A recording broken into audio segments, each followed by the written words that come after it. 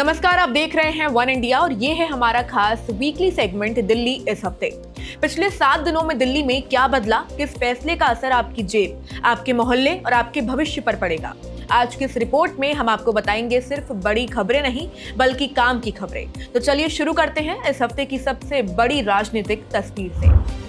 सबसे पहले बात रेखा गुप्ता सरकार के 11 महीनों की रिपोर्ट कार्ड की। गणतंत्र दिवस 2026 पर दिल्ली के 36 साल स्टेडियम में सिर्फ परेड नहीं हुई बल्कि पेश हुआ दिल्ली सरकार का 11 महीने का रिपोर्ट कार्ड। मुख्यमंत्री रेखा गुप्ता ने पहली बार बतौर सीएम तिरंगा फहराया और मंच से गिनाई अपनी सरकार की उपलब्धियां।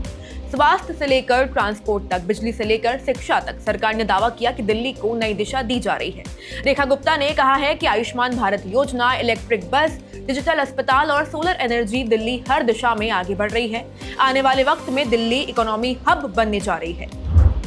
अब बात करते हैं किराड़ी की। अगर आप किराड़ी या आसपास के इलाके में रहते हैं तो ये खबर आपके लिए राहत की सांस जैसी है। दिल्ली के मंत्री प्रवेश वर्मा ने दावा किया है कि किराड़ी में जलभराव की समस्या खत्म होने वाली है।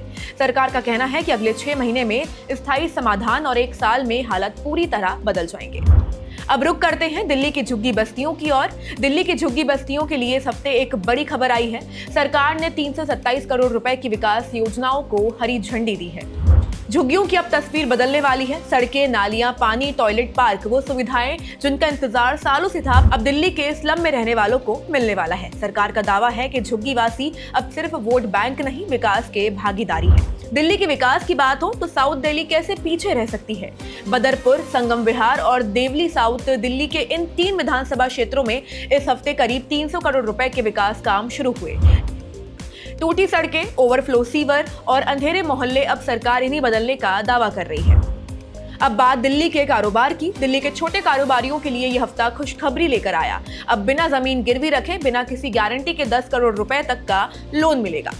सरकार और सीजीटी एमएसई की गारंटी से बैंक का जोखिम घटेगा और रोजगार बढ़ेगा। महिलाओं और नए उद्यमियों को इस सबसे ज्यादा फायदा मिलने की उम्मीद है।